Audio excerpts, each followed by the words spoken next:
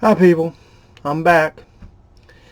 I'm got some information you might be curious to hear. A lot of my listeners want me to talk about different events, and I have a current one that is really impressed me a lot.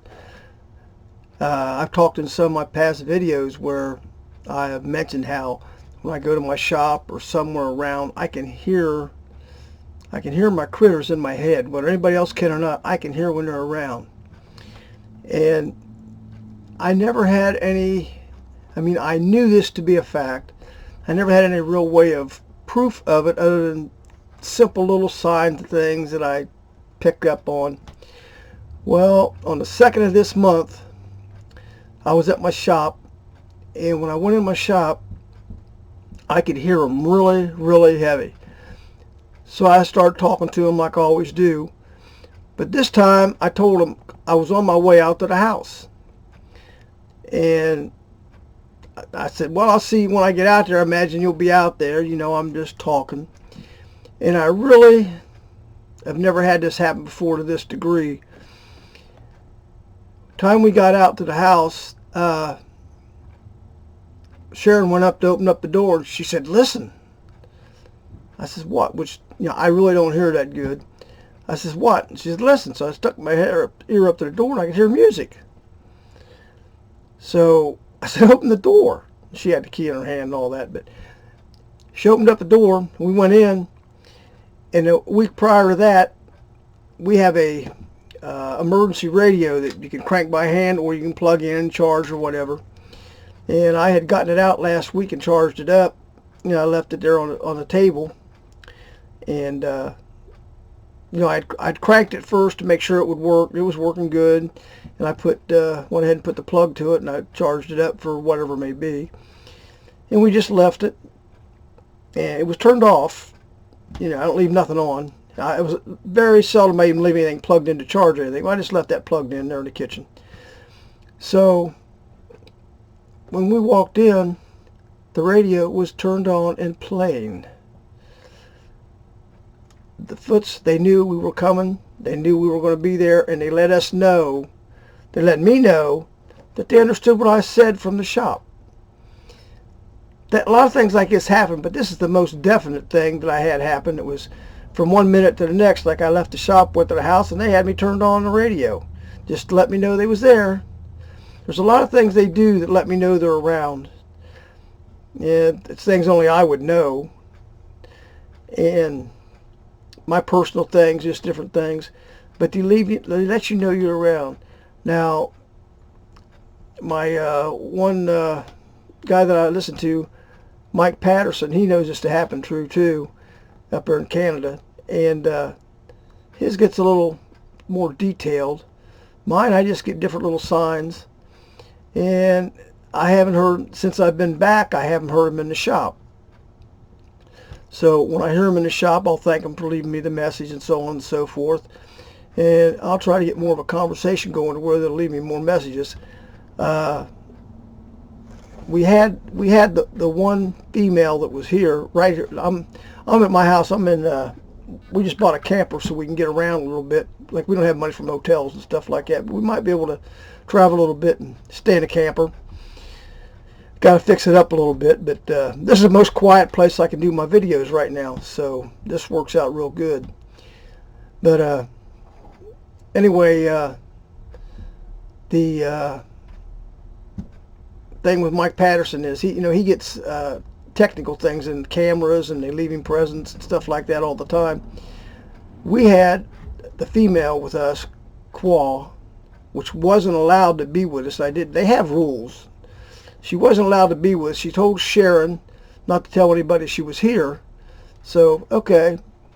Well, eventually they found out and got her and took her away and all that. But anyway, the point being, Qua was more or less what you would call a renegade from the crowd.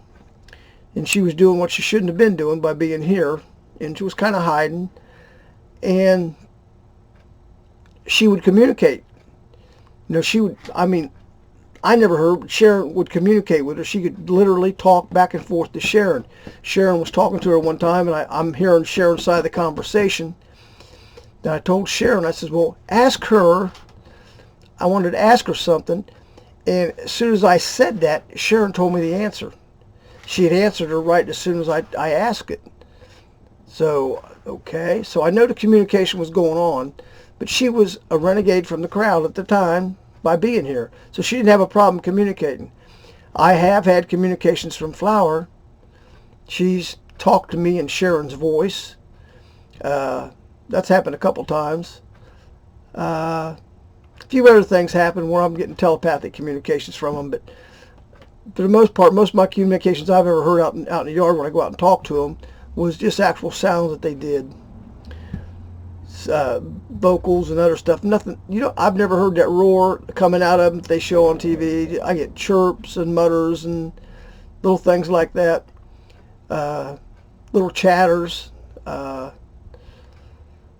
Just a bunch of things. Now, Sharon, she'd have to tell you about this if I can get her on the video. She was laying in the yard one day, and she was out there laying out in the sun trying to get vitamin D in her because her doctor said she has to have vitamin D. So she's out there laying in the sun. So on the other side of the road, there's a big area where the mining company is all stripped out, and there's some woods, but very little. And Sharon's laying down, and she's watching all these vultures fly around in a circle. And then for a long time, she just sat there watching, just amusing her, just watching them go in a circle, but it was on the other side of the road. So all of a sudden, they went swooping down. And when they went swooping down, Sharon heard that ungodly growling sound that the foots make, just growling. All of a sudden, you're seeing all the vultures up in the air again. So they did it again. They swooped around and did it. This is what Sharon's told me. I wasn't there, but they were swooping around. They went down again. Whoever he was, he roared again, and up they went. And then they took off. They didn't go for a third round. But Sharon can tell you her version of that story. I don't know, but I've never heard anything mean out of them or anything. It's just been all nice. And this chirping, it's not chirping. I don't know how to explain it. It's kind of like it's not radio static. It's kind of like if you're out in a field somewhere, a big field where you hear crickets at night. You hear the night sounds. It's kind of like what I hear when they're around me. It's a pleasant sound, and it's nice. But that's what I talk to. When I hear that, I talk to them because I know they're talking to me. Whether they hear me or not, I never knew. But now by this radio being turned on, I know they know what I'm saying. I know they're paying attention to what I'm saying. I know they're receiving my vocals from me. Probably just my thoughts as well, but they're good for that. Anyway, that was one of the things that I wanted to tell you about. That was just the 2nd of this month, weekend before last. Anyway, since then, I've been here. And I set up most of the night watching YouTube, watching all the stuff. I don't sleep much, so watching YouTube, watching videos, and a lot of them about the Bigfoot, a lot of them about gold mining, and just a lot of things that I'm interested in. Anyway, as I'm sitting in what we call my ugly brown chair, it's a recliner. It's an old broke down recliner, but it's comfortable and I like it. So I sit there and I watch my videos. Sometimes I fall asleep, sometimes I don't. But as I'm sitting on the chair, over on my one side over here, something pushed my cushion back like 3 times. There's nobody there. I'm like, this is something that they do, It's not one of them things. Most people would be scared if something like that happened to them, but I know what to expect out of them. Doesn't anything surprise me with them, and it all seems to be good, I'm not really getting hurt by none of it, and it all seems to be good, and I'm still glad they're around. I haven't regretted none of it yet. One other thing I wanted to mention, which I haven't mentioned before.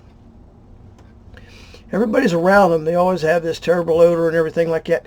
We have never had that, but one time. This is when we was first communicating with them. And I went out my back door my back door at the house out there, and I smelled a skunk.